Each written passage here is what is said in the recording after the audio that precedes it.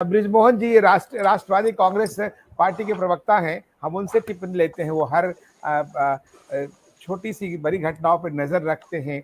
आप इस पूरे प्रकरण को आप एक विश्लेषक रूप में, मैं बृजमोहन जी चाहूंगा आपसे टिप्पणी। अभी राष्ट्रवादी कांग्रेस पार्टी के प्रवक्ता के रूप में मैं आपसे बात नहीं कर रहा हूँ, एक आप वरिष्ठ राजनेता हैं और आपने कांग्रेस और बीजेपी सभी पार्टियों को बहुत ही करीब से देखा है और उस पर नजर भी रखते हैं। तो आप एक वरिष्ठ राजनीतिक विश्लेषक के रूप में आप इस पूरे प्रकरण को देखते हैं, कैसे देखते हैं? क्योंकि इस आपके पार्टी का मामला नहीं है, इसलिए मैं आपको थोड़ा सा इससे फ्री कर रहा हूँ। तो पुराने कांग्रेसी आप रह चुके हैं, तो कांग्रेस के मर्म को भी समझते हैं।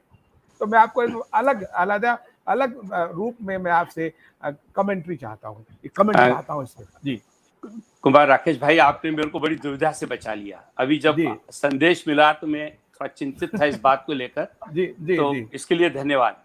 देखिए कि एक राजनीतिक कार्यकर्ता के रूप में जब पूरे परिदृश्य का मैं मूल्यांकन करता हूं, तो मुझे ऐसा लगता है कि इसमें इस मुल्क के जितने भी राजनीतिक दल हैं अभी, उन सभी राजनीतिक दलों में कहीं ना कहीं सत्ता का संघर्ष, जो कि एक राजनीति का अंग है, इस सत्ता के संघर्ष से हम बच नहीं सकते। जैसा कि अभी आदरणीय गडकरी साहब ने राजस्थान विधानसभा में कहा कि जो विधायक है वो सोचता है कि मंत्री बन जाए, मंत्री ये सोचता है कि मेरे को कोई बहुत बेहतर विभाग मिले, और जो उसको अच्छा विभाग मिल गया वो सोचता है कि मैं मुख्यमंत्री बन जाऊं। तो उन्होंने एक सच्चाई को रखा, और ये सच है, क्योंकि जो भी व्यक्ति राजनीति में है वो ये चाहता है कि उसको काम करने का एक बेहतर अवसर मिले और वहां वो अपनी क्षमताओं का प्रदर्शन कर सके।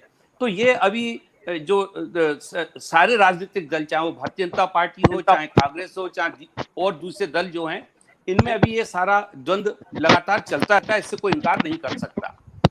भारतीय जनता पार्टी की एक अच्छी खूबी ये है कि उनके जो द्वंद्व होते हैं, उनकी जो आपसी नाइतफाकियां होती हैं, वो सार्वजनिक रूप से लोगों को नहीं पता लग पाती।